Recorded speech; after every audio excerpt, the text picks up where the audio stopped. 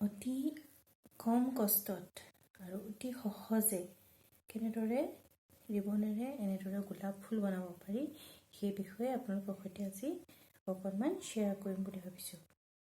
এনেধৰণৰ গোলাপ ফুল আমাক সাধাৰণতে দৰকাৰ হয় ছোৱালীবিলাকৰ বেনতি হওক, ফ্ৰকত বা টেবুল ক্লথ বা ডাইনিং মেট বা ৰানাৰ এনেকুৱাবিলাকত লগাবৰ কাৰণে আমাক এনেকুৱা গোলাপ ফুল দৰকাৰ হয়। কেতিয়াবা আমি কিনি আনো বা ইয়াক বনোৱা এটা অকণমান টান পদ্ধতি এটাও আছে, কিন্তু আমি সেইটো নকৰি আজি অতি সহজে কেনেদৰে বনাব পাৰি সেই বিষয়ে অকণমান মই আপোনালোকৰ লগত আলোচনা কৰিম বুলি ভাবিছোঁ।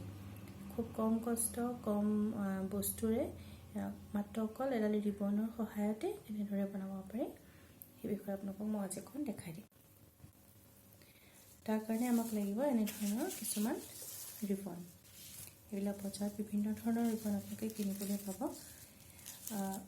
ইয়াতকৈ যদি অকণমান ডাঙৰ ৰিবনটো পায় সেইটো আপোনালোকৰ কাৰণে ভাল হ'ব বনাবৰ কাৰণে গোলাপ ফুলপাহ বেছি ধুনীয়া দেখি। যদি তাতকৈ আৰু এটা এনেকুৱা সৰু ৰিবনেৰেও ধুনীয়াকৈ বনাব পাৰি। সৰু ৰিবনৰ ফুলপাহ ধুনীয়া হয় কিন্তু অকণমান সৰু হয়। এনেধৰণৰ বিভিন্ন ৰঙৰ বনাব পাৰিব। এনেধৰণৰ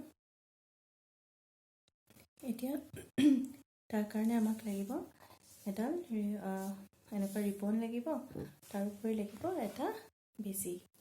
বেজীটো ৰিবন চিলোৱা যিবিলাক বেজী পোৱা যায় তেনেধৰণৰ থ'ব পাৰিছেনে। এটা দীঘল মানে ফুটাটো যিটো সেইটো অলপ দীঘল যাতে ইয়াত ৰিবনডাল ভৰাব পাৰি তেনেধৰণৰ ইয়াতকৈ দীঘল বেজী লাগিব, কিন্তু মোৰ ওচৰত সদ্যহতে এই দীঘল বেজী নাই, সৰু বেজী এটা আছে, সেইটোৰে মই আপোনালোকক বনাই দেখাম।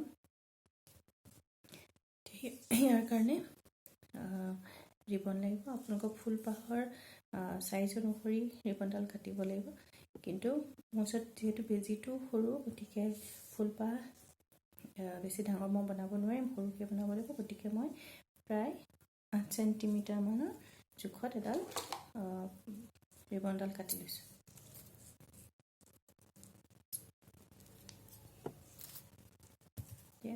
কাটোতে আমি চাব লাগিব এটা আগ আমি অকণমান জোঙাকৈ ৰাখিম।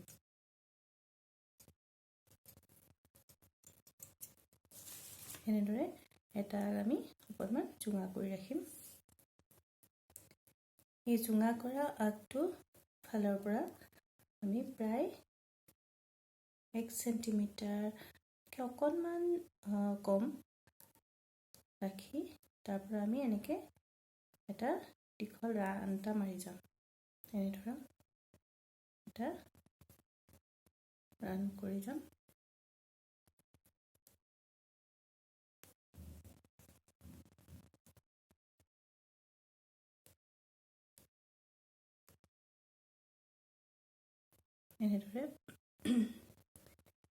এনেধৰণৰ হ'ব দেখিবলৈ।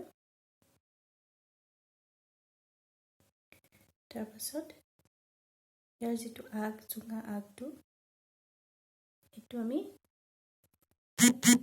বেজীটোত ভৰাই দিম ফুটাটোত। এনেদৰে আমি আগটো ভৰাই দিলোঁ। তাৰপাছত টানি আনি এনেদৰে আমি তাক ঘূৰাই দিম। ঘূৰাই দিওঁতে দেখিব আপোনালোকে দেখিবলৈ একদম গোলাপ ফুলপাহৰ দৰে হ'ব। তাৰপাছত তাক অকণমান আপোনালোকৰ আঙুলিত জোৰ অকণমান লাগিব। আমি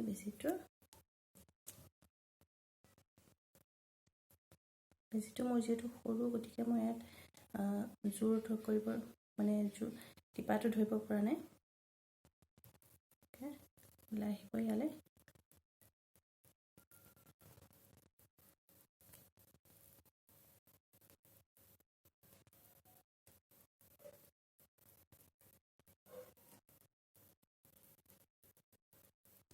এনেদৰে ওলাই আহিব আৰু সন্মুখটো দেখিবলৈ এনেধৰণৰ হ'ব।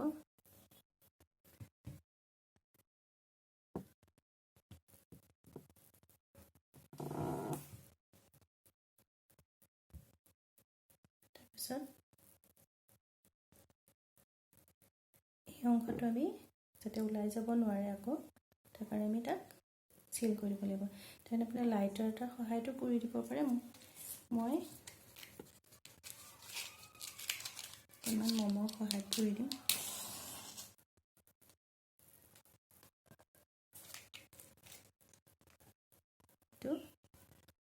মই অকণ মম জ্বলাই লৈ এনেকৈ